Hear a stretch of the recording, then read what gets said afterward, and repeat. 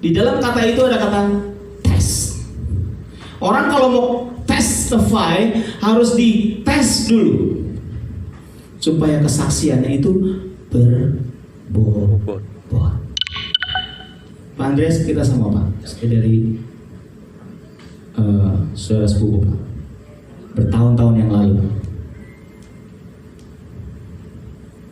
kami dites Bapak Ibu. Papa saya bangkrut 13 tahun. Saya pernah tinggal tahun 98, saudara. Rumah saya yang dulunya toko besar habis barangnya. Rumah gak ada listrik, gak ada uang sama sekali. Papa saya gak bisa bayar listrik. Tiap hari kita nyanyi lagu Happy Birthday, karena tiap malam kita nyalain lilin.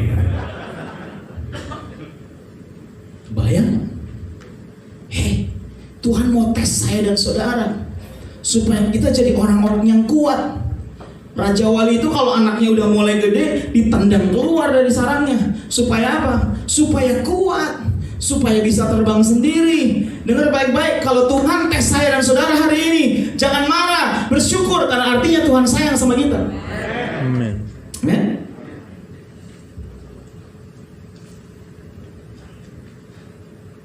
Kita perlu dites supaya kita dewasa. Sudah pikir saya nggak dites? Saya dites. Anak saya 4, Bapak Ibu. Ya, kalau anak 4 mau dari sudut-sudut sebelah mana tetap nggak bisa hemat, Bapak Ibu. Ya, saya nggak bisa bilang sama anak saya yang paling gede, makan telurnya 1/4 aja ya kamu ya, awas Bu. Nggak bisa. Anak saya yang yang pertama umur 13 tahun. Kalau piringnya bisa dimakan sama dia, saudara. Lagi masa pertumbuhan, Pak. Makannya banyak. Mana mamanya orang Batak lagi. Oh iya, papa saya orang Jawa, mama saya orang Batak. Iya kan?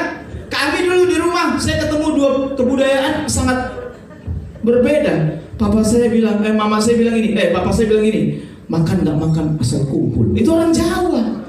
Orang Batak bilang mama saya, kalau nggak ada makananmu jangan kau kumpul-kumpul ya, bikin malu kau.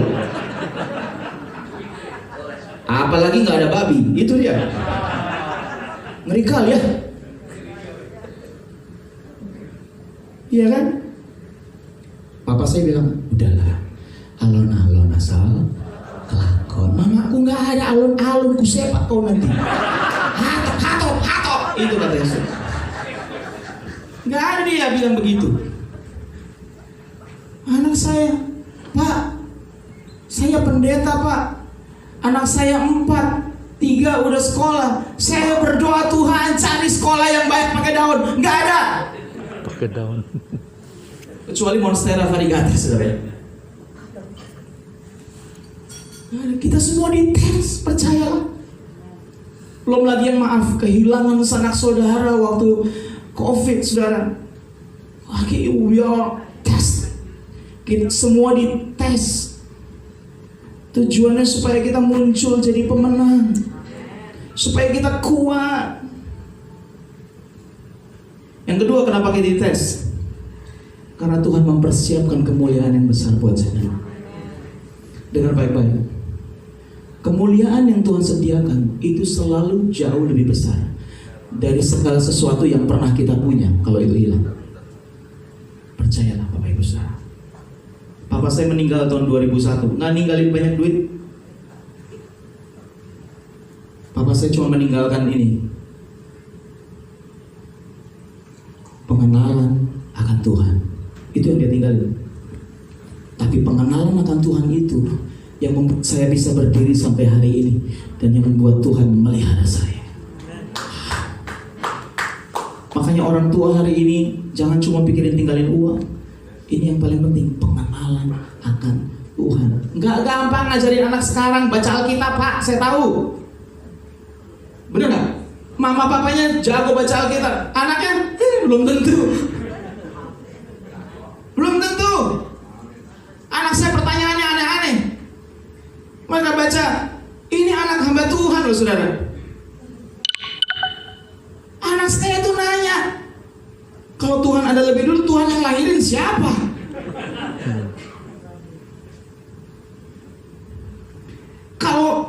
Kalau pada hari yang pada zaman Nuh, pada hari yang pertama, kedua, ketiga dia lihat. Terus dinosaurus diciptakan pada hari yang keberapa? Matang nggak lu jawabnya gimana? Anak sekarang mah, waduh Pak, yang saya lihat ini keluarga-keluarga yang anaknya kira-kira seumuran saya lah. Luar biasa ya Bu ya. Mereka nggak takut. Zaman dulu saya paling takut kalau mama saya pegang kemoceng. Udah deh, kalau mama saya pegang kemoceng, udah mak, udah ampun mak. Sekarang saya mau pegang kemoceng, sapu, mana saya nggak takut. Mereka lebih takut kalau saya nggak top up.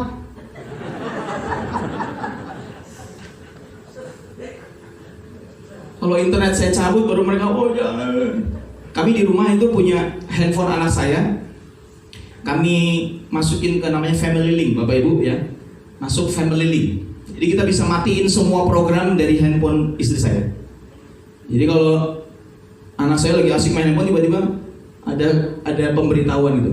3 menit lagi selesai. Gitu. Wah, panik mereka. Itu mereka ngomong, tolong dong bukain dong. Tidak. Ya, kalau enggak keterusan. Ya. Nah, mereka diambing-ambingkan oleh gelombang angin sakal.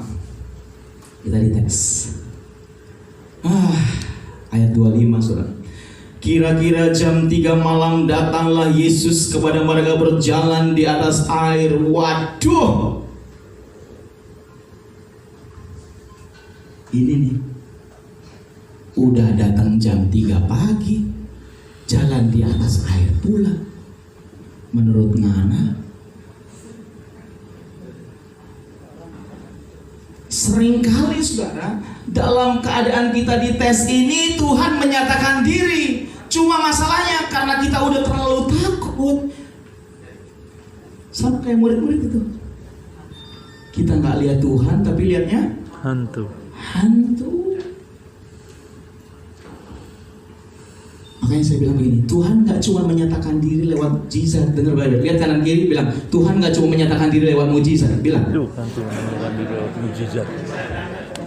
Tuhan menyatakan diri lewat krisis. Bilang Tuhan menyatakan diri lewat krisis. hari ini kalau kita krisis, bilang sama diri kita sendiri, Tuhan akan menyatakan diri lewat krisis.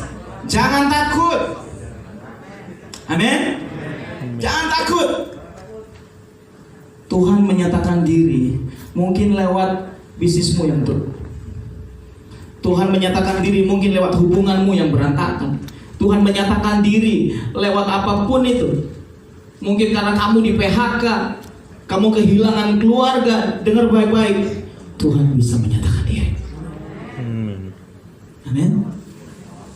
Walaupun sepertinya kita berpikir itu kayaknya hantu, itu bukan Tuhan. Itu Tuhan. Yang belum menikah, ketika Tuhan menyatakan diri lewat acak ninggalin kamu, ya, gak enak. Tapi itu Tuhan. Amin. Hari-hari ini Tuhan sedang izinkan kita untuk melihat Dia, belajar melihat Tuhan di tengah krisis yang begitu besar. Ini yang saya alami Bapak Ibu. Benar gak sih? Atau saudara ngalami kayak saya nggak? Saya itu sekarang baru ngerti artinya bergantung kepada Tuhan. Saya ngerti. Dulu kita nggak terlalu ngerti, cuman sering-sering dengar doang di gereja. Benar? Tapi masa pandemi, kata bergantung kepada Tuhan itu menjadi sesuatu yang kayak gini ternyata bergantung kepada Tuhan. Bapak Ibu, saya musisi, nggak ada panggung lagi Bapak Ibu.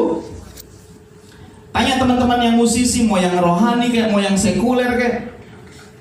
Biasa mereka kalau posting di Instagram, wah lagi konser di sini, wah lagi ada di toko musik ini, wah lagi ini. Belakangan yang ada dijual seperangkat. Pada jualan alat, sudah tiba-tiba kenapa jadi pedagang semua? Iya. Gimana nggak mau belajar berserah, saudara? Udah pasrah, terombang-ambing. Tapi dengan baik-baik. Tuhan gak pernah tinggalin saya dan saudara. Dia gak pernah. Dia selalu menyatakan diri buat saya dan saudara. Saya ingat waktu anak saya umur 5 tahun, anak yang paling besar, umur 5 tahun. Dia belajar berenang. Semua anak kecil suka kolam renang, tapi nggak semua anak kecil suka berenang. Ya. Mereka suka main air. Setuju? Anak saya waktu umur 5 tahun, saya bilang sama dia, Elroy, namanya Elroy. Elroy, kamu ngapain di sini? Berenang. Ini bukan berenang, kamu main air. Kamu udah besar. Saya bilang 5 tahun udah besar, padahal masih kecil. Saya bawa dia ke kolam yang 1,2 meter. Ya segini saya lah kira-kira. Cuman kan anak saya kan baru semeter. Saya bilang sama dia, kamu harus belajar berenang. Ayo, dia diajarin. Pokoknya gerak aja. Gerak aja segerak-geraknya. Mau gaya dogi kayak aku, pokoknya kamu gerak aja gitu. Kamu gak akan tenggelam. Benar saudara, dia gerak.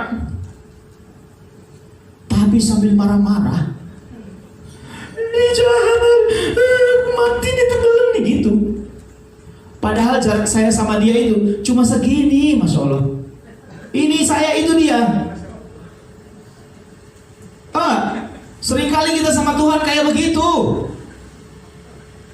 Tuhan gak pernah jauh dari saya dan saudara. Cuman kita teriaknya udah kayak Tuhan itu gak ada. Kenapa anak saya teriak-teriak itu? Karena dia lihat kolam renangnya gede, airnya dalam. Dia gak bisa lihat saya yang sedekat itu. Dengar baik-baik, kalau kita terlalu panik, terlalu takut, kita gak bisa lihat Tuhan di depan kita. Amin? Nah itu yang saya belajar Bapak Ibu. Tuhan gak pernah tinggalin saya dan saudara. Anak saya tidak akan pernah saya biarkan tenggelam. Dia belum ngomong capek aja udah saya pegang. Gimana Tuhan? Jangan bilang Tuhan gak sayang sama saya sama saudara. Tuhan mengasihi kita luar biasa. 1 Efesus pasal yang ke-3 atau ke-4 saya lupa. Di dalam Yesus Kristus telah dicurahkan segala berkat rohani di dalam sorga buat kita. Amin.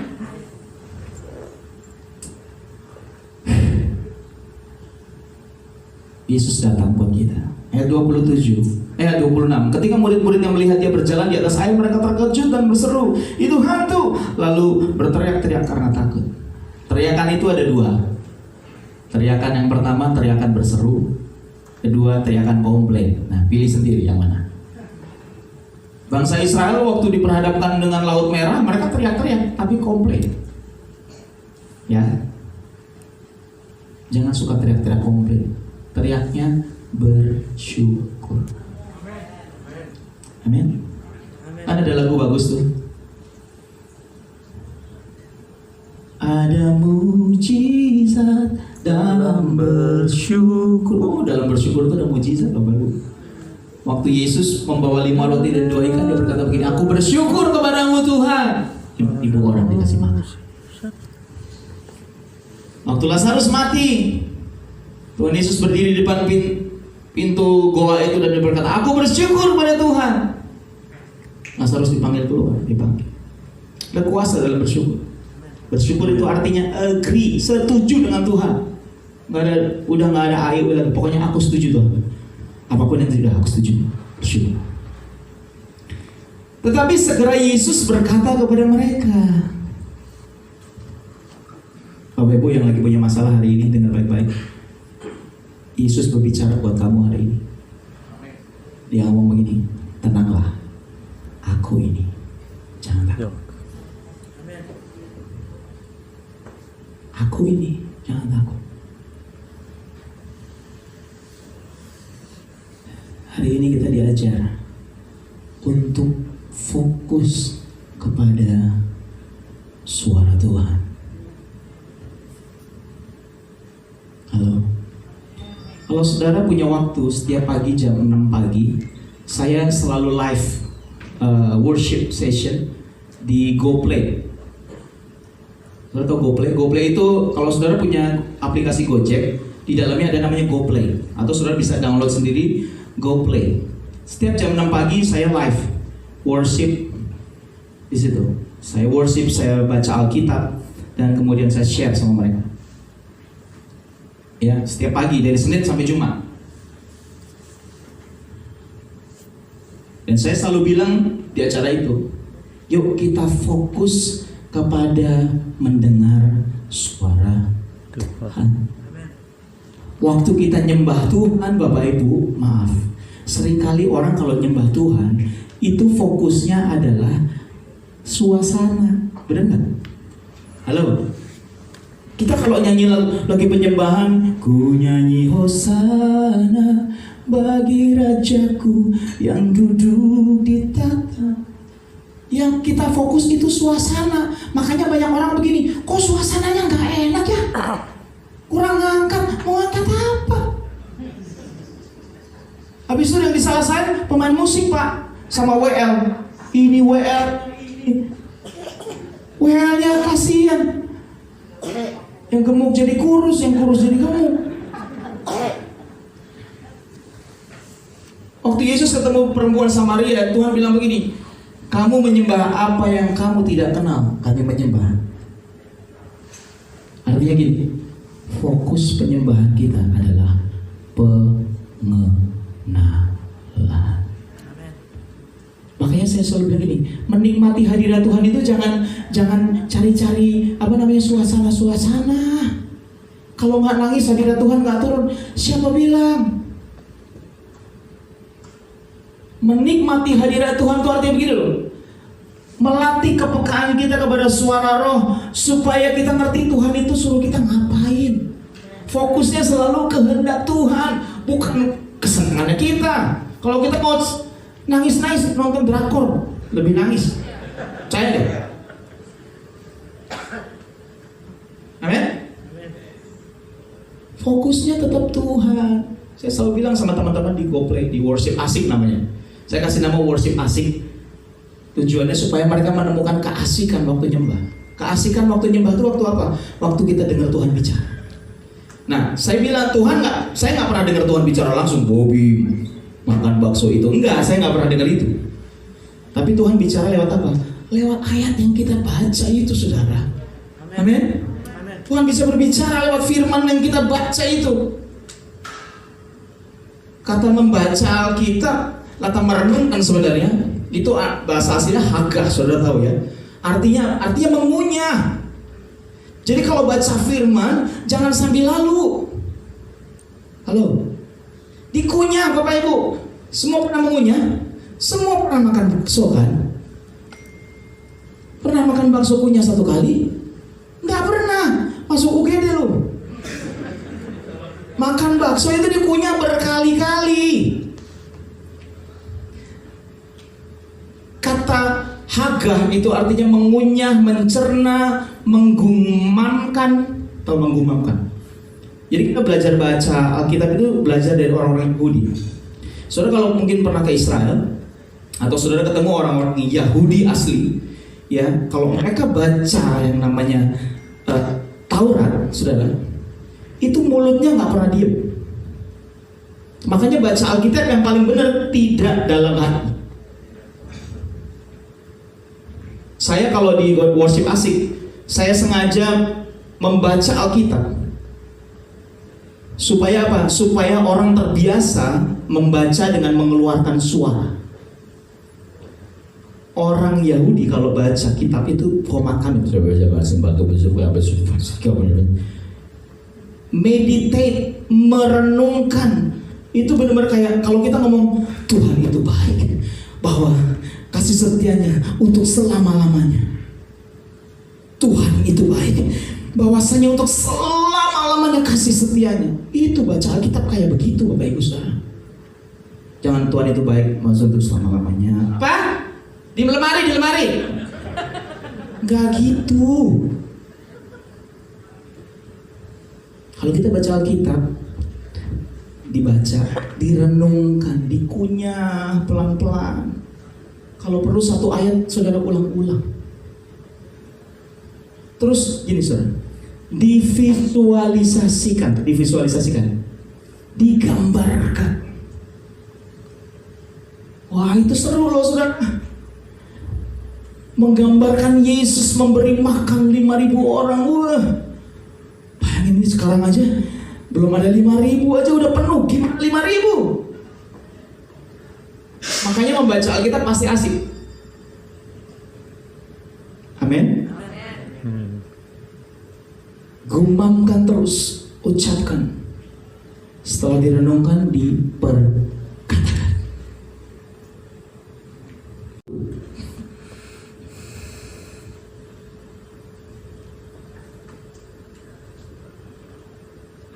Ayat yang ke-8.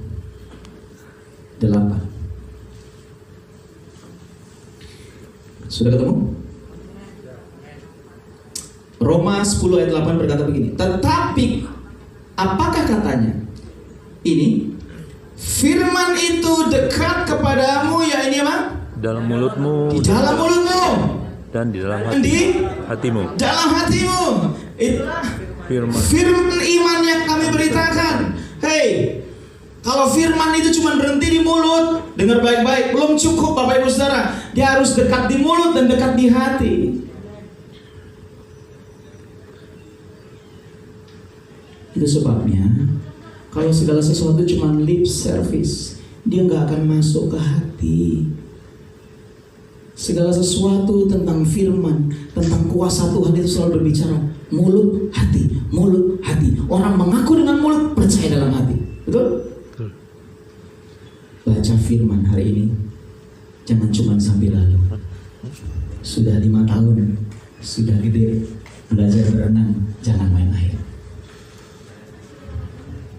Amin. Yuk, baca, renungkan. Tuhan bisa bicara lewat firman yang kita baca. Tiba-tiba tak, yes Lord. Waktu kita suka masuk dalam hadirat Tuhan, kepekaan kita terbangun. Yang kedua, Tuhan bisa bicara lewat apa? Tuhan bisa bicara lewat tiba-tiba kita punya sebuah gambaran di dalam kepala kita. Tiba-tiba saya kebayang adik ipar saya hari ini. Saya harus ketemu dia. Saya harus kasih tahu dia bahwa ada Yesus yang mengasihi dia. Pernah kayak gitu? Tuhan bisa bicara lewat apa? Lewat namanya desakan hati. Saudara lagi jalan nyetir tiba-tiba, aku ingat ya satu orang di sini. Kita boleh stop sebentar ya? Tiba-tiba waktu saudara ketemu dia, saudara ngerasa kayak orang ini lagi bermasalah sama suaminya atau istrinya. Terus kamu ngomong, ada apa kamu? Tuhan bisa bicara, saudara. Mungkin gak audible, tapi Tuhan itu bicara. Dan kalau Tuhan bicara, dengar baik-baik. Tuhan itu bukan Tuhan yang second hand. Dia gak pernah, saudara, ngomong buat Bapak terus ngomongnya ke Bapak, gak pernah. Tuhan selalu bicara langsung. Kalau tiba-tiba ada yang ngomong ke Bapak, itu sifatnya konfirmasi. Pasti udah ngomong, cuman kita kagak denger. Amin? Amin. Yuk, bangun kehidupan yang fokus kepada firman. Hari-hari ini musuh kita banyak, senjata kita adalah firman Tuhan. Itulah firman iman yang kami beritakan. Kita berkata, dari mana iman itu muncul? Dari setiap firman yang keluar dari mulut Allah. Haleluya. Teruskan membaca Alkitab sampai iman itu muncul dalam kehidupan kita. Hari ini kesaksian luar biasa. Firman itu mengubah. Kalau nggak sampai di hati nggak mungkin diubah, Pak. Betul ya? Kalau cuma sampai di sini nggak mungkin dirubah, Pak. Sampai di sini. Kembali ke Matius 14.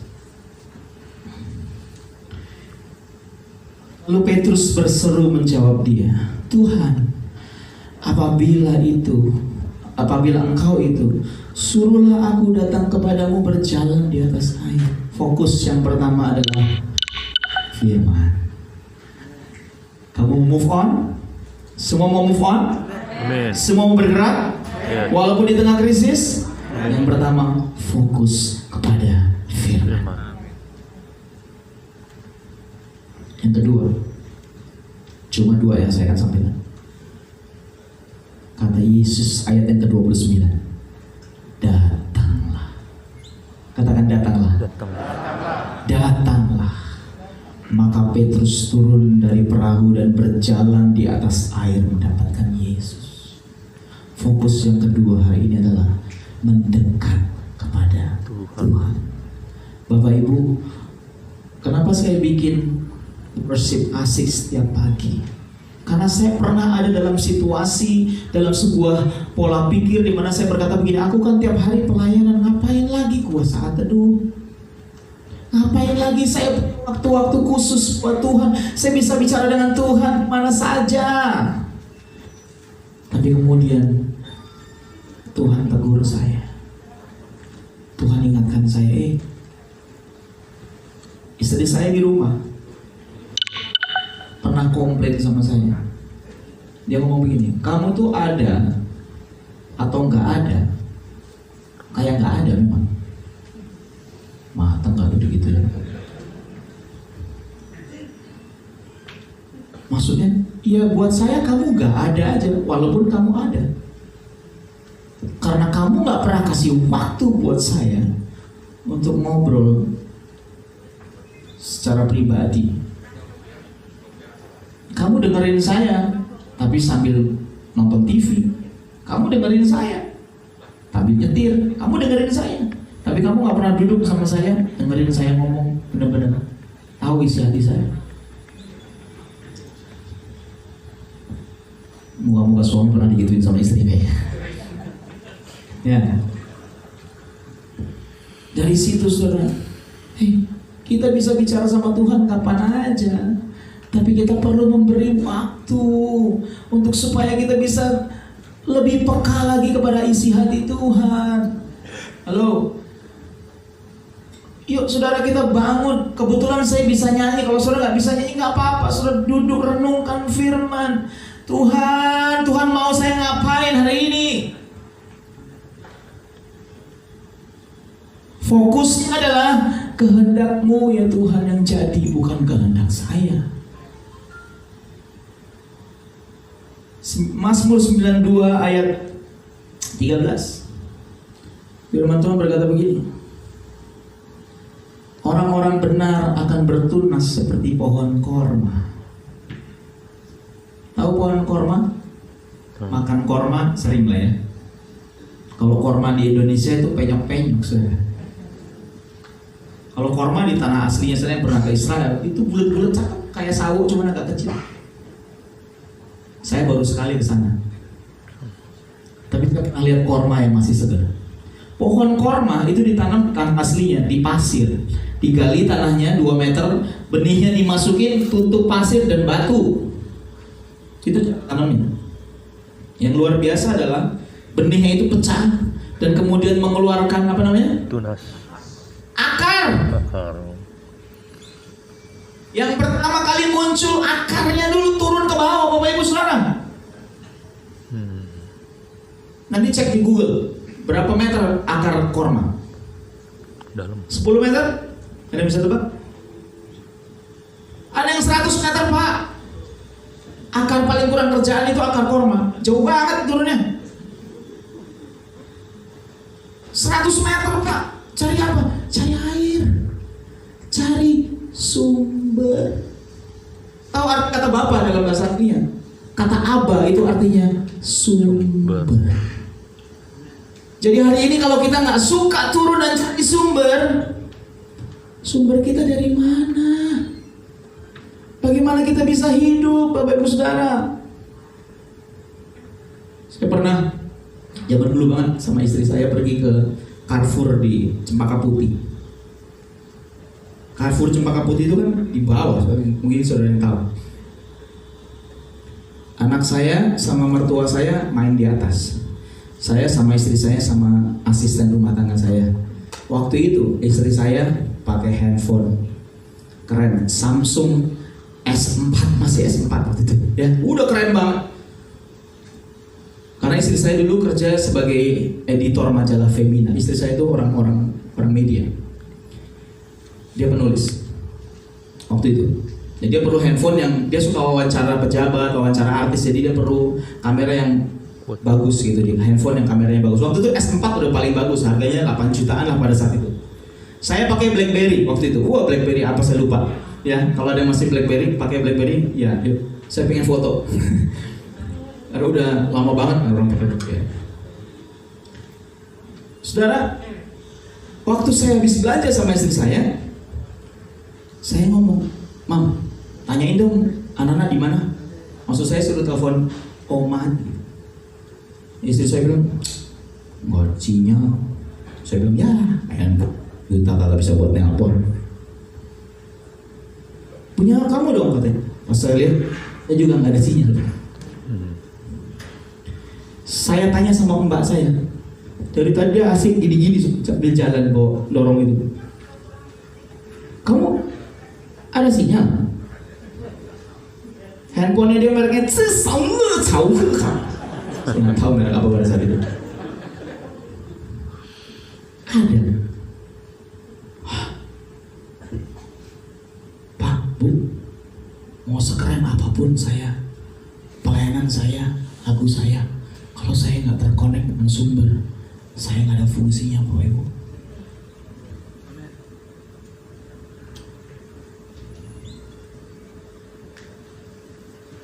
Kita perlu berfungsi dengan cara terkonek dengan sumber. Keyboard ini, alat elektronik, harus dihubungkan kepada sumber elektrik, benar ya? Betul? Listrik. Coba dicabut, terus Pak main, terus dimasukin Instagram, pasti viewernya banyak Pak. Masukin TikTok, main, nggak bunyi. Ya masuk dalam hadirat Tuhan. Tuhan bilang, "Ini aku, datang sama aku." Kalau kamu lewatin krisis, berjalan di tengah krisis, yuk bangun hubungan kita dengan Tuhan setiap hari. Bangun setiap hari. Kamu boleh kena masalah, kamu boleh kena krisis, kamu boleh kena banyak sekali problem.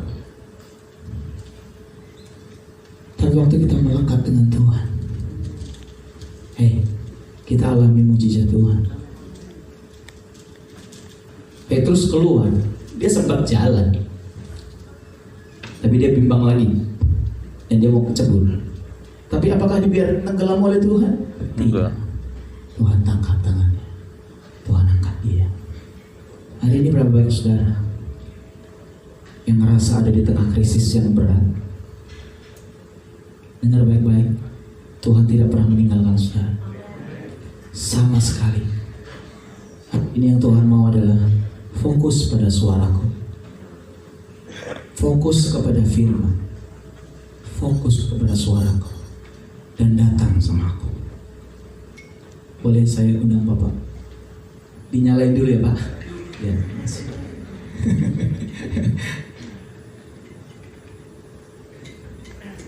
Ada satu lagu yang saya tulis Bapak Ibu.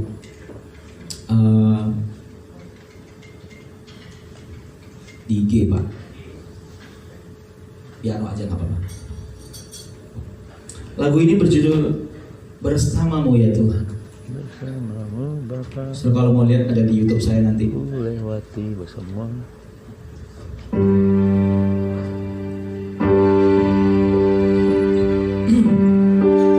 Ini linknya dari di sini. Di setiap musim hidupku, selalu kulihat setiamu. E minor.